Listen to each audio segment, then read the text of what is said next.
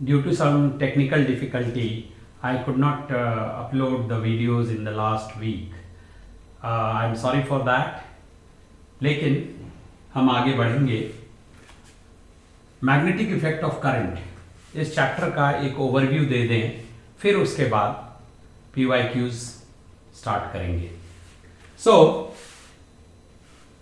इस चैप्टर में क्या है, या ये जो मैग्नेटिक इफेक्ट है या मैग्नेटिक फील्ड है, इसका ओरिजिन क्या है. तो हम कहते हैं any charge in motion produces a magnetic field. एक गाड़ी है जिस गाड़ी में एक चार्ज्ड बॉल रखा है. सपोज ये पॉजिटिवली चार्ज बॉल है जिसपे चार्ज Q है.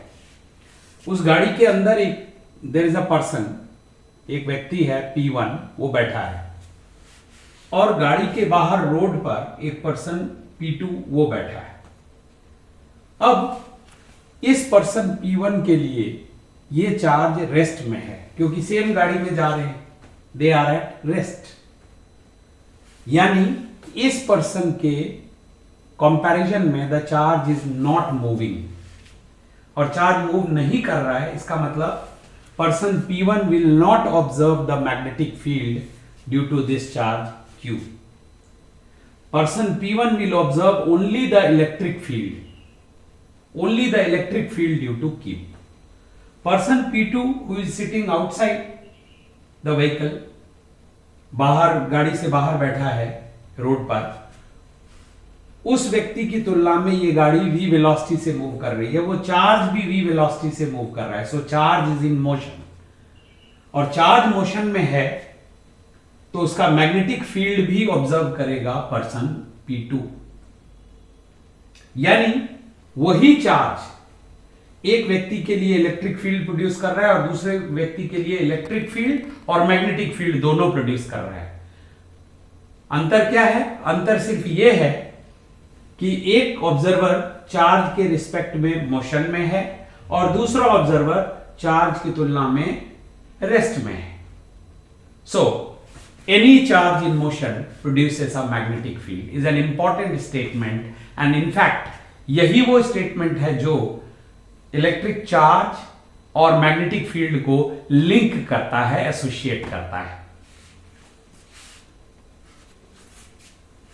नाउ इसी एसोसिएशन का फायदा उठाकर लिखा गया ये लॉ, द बायो-सावर्ट्स लॉ, जो कहता है कि कोई एक करंट कैरिंग कंडक्टर है, किसी भी शेप में हो, उस करंट कैरिंग कंडक्टर के छोटे टुकड़े, एक छोटा सा टुकड़ा जिसका लेंथ है dl, और उस dl को हम एक वेक्टर का शेप दे देते हैं. कैसे? dl का वही डायरेक्शन ले लेते हैं जो करंट का डायरेक्शन होता है. तो dl एक वेक्टर हो गया. जिस पॉइंट P पर हम इसकी वजह से मैग्नेटिक फील्ड कैलकुलेट करना चाहते हैं, वो पॉइंट P, उसका पोजीशन वेक्टर ये है R, वेक्टर R. यानी पॉइंट P पर हम मैग्नेटिक फील्ड कैलकुलेट करना चाहते हैं तो उसका पोजीशन वेक्टर हो गया R. अब सबसे पहली बात कि करंट फ्लो हो रहा है, इसका मतलब चार्ज मूव हो रहा है, and moving charge produces magnetic field. तो इस छोटे से टुकड़े की वजह से, जिसको हम कहते हैं करंट एलिमेंट, इस छोटे से टुकड़े की वजह से पॉइंट P पर मैग्नेटिक फील्ड कितना है.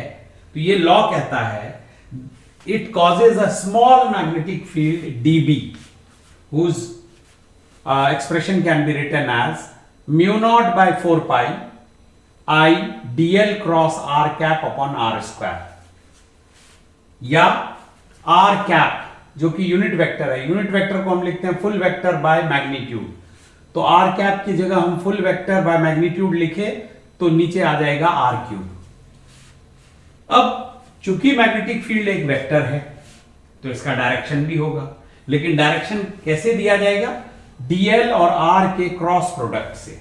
अब देखिए पहला वेक्टर है dl, तो हमारा राइट हैंड की उंगलियां dl के अलोंग होंगी, और r की तरफ मोड़ी जाए तो thumb is going inside, thumb अंदर की तरफ जा रहा है. यानी यहां पर जो मैग्नेटिक फील्ड होगा एट पॉइंट P, वो होगा अंदर की तरफ,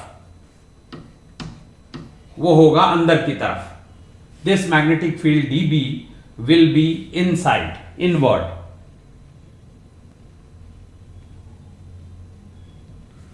So ये जो मैग्नेटिक फील्ड अंदर की तरफ है, इसका ये दरअसल में ये छोटे से एलिमेंट की वजह से है।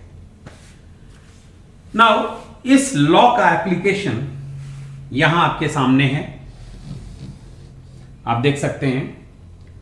सबसे पहला एप्लीकेशन है कि there is a current loop, a circular current loop whose radius is r and it is carrying a current I in anti-clockwise direction. Here you can see. अब बायो-सावर्ट लॉ हमको कहता है कि इसके छोटे छोटे टुकड़े कर दें और एक छोटा सा टुकड़ा जिसका लेंथ dl है, अब उसको हम क्या बोलेंगे, करंट एलिमेंट। ये जो लेंथ dl है, लेंथ एलिमेंट, dl और r के बीच जो एंगल है वो 90 डिग्री का है। तो हम dl क्रॉस r लेते हैं, यहां मैग्नेटिक फील्ड का डायरेक्शन आता है बाहर की तरफ, मैग्नेटिक फील्ड का डायरेक्शन आता है बाहर की तरफ। हम यहां नोटिस करेंगे कि कोई भी dl हो, उसकी वजह से यहां मैग्नेटिक फील्ड बाहर की तरफ ही आएगा। तो जब सारे एलिमेंट की वजह से मैग्नेटिक फील्ड बाहर की तरफ ही आ रहा है, तो टोटल मैग्नेटिक फील्ड तो उनका सम होगा, सम, और ये कंटिन्यूअस समेशन, उसी को तो इंटीग्रल बोलते हैं। यानी ये जो dB निकाला हमने, उसका इंटीग्रल कर लेंगे ऑन द एंटायर लूप, और ये करने पर ये फॉर्मूला हमको मिलता है जिसे आपको याद रखना चाहिए, म्यू नॉट बाय 4 पाई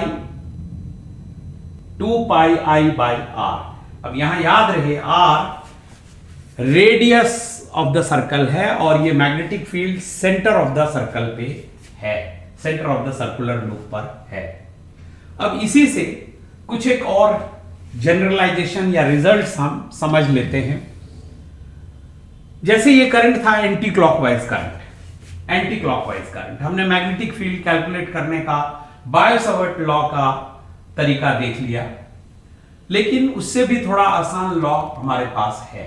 हम कहते हैं कि let the fingers of your right hand, ये देखिए राइट हैंड है, let the fingers of your right hand curl along the direction of current, then thumb gives the direction of 3 things.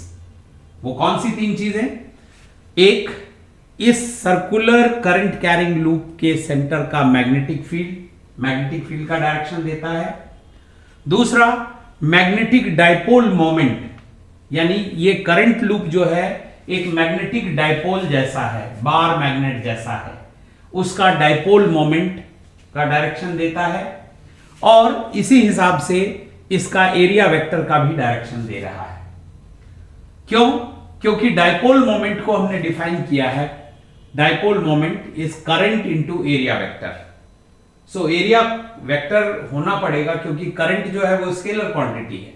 So magnetic dipole moment is current into area vector. अब सबसे पहली चीज कि right hand rule के हिसाब से यहां से मैग्नेटिक फील्ड बाहर आना चाहिए। अब बाहर आता मैग्नेटिक फील्ड तो नॉर्थ पोल से ही होता है। जैसे कन्वेंशनली आप देखिए एक नॉर्थ साउथ पोल दिखाया गया है मैग्नेट का, तो field lines seem to emerge from या come out from north and enter into south. हालांकि यहां आके खत्म नहीं होता है, मैग्नेट के अंदर भी फील्ड लाइंस होती हैं। तो magnetic field lines are actually closed loops. तो नॉर्थ पोल से निकलता हुआ दिखता है, साउथ पोल में एंटर होता हुआ दिखता है। बस इसी बात को हमने यहां दिखाया है कि कोई भी एक करंट लूप, आप देखिए जैसे ये है anti clockwise current, you see the movement of my finger, it is anti clockwise. For you what is anti clockwise, for me it is clockwise. आप मेरी तरफ से देखेंगे इसी लूप को तो वो क्लॉकवाइज है, यानी मेरी तरफ साउथ पोल बन रहा है, आपकी तरफ नॉर्थ पोल बन रहा है। तो देखिए ये रहा, let the fingers of your right hand curl along the direction of current, thumb gives you the direction of magnetic field। तो यहां मैग्नेटिक फील्ड अंदर जा रहा है, अंदर जाता है साउथ पोल के, इसका मतलब ये साउथ पोल है। तो जो क्लॉकवाइज करंट होगा वो, यदि आप क्लॉकवाइज करंट को देख रहे हैं सामने सामने, आपके फेस के सामने यदि क्लॉकवाइज करंट है तो आप साउथ पोल देख रहे हैं, और एंटी क्लॉकवाइज करंट को देख रहे हैं तो नॉर्थ पोल है। यानी एक ही लूप के एक तरफ साउथ पोल बन रहा है, दूसरी तरफ नॉर्थ पोल बन रहा है। यानी ए loop of current behaves like a magnetic dipole. A loop of current behaves like a magnetic dipole whose dipole moment is given by I into A। अब ये I into A तो तब है जब एक सिंगल लूप हो। कई बार coil में अनेक लूप होते हैं, suppose there are n turns in the coil, तो यही फॉर्मूला बन जाएगा NIA, n टाइम्स हो जाएगा। Now let's look at another derivation that is expected of you based on Biot-Savart's law, और वो derivation है कि on a current loop, on the axis of a current loop at any point find the magnetic field। फिर वही integral वाला तरीका अपनाते हैं Biot-Savart law लगाते हुए, and we get the formula which is this one, and you must remember this formula। This formula says it is magnetic field at any point P on the axis, though it is given, its direction is again given by the right hand rule, but magnitude is mu naught by 4 pi 2m upon r square plus x square whole raised to the power 3 by 2।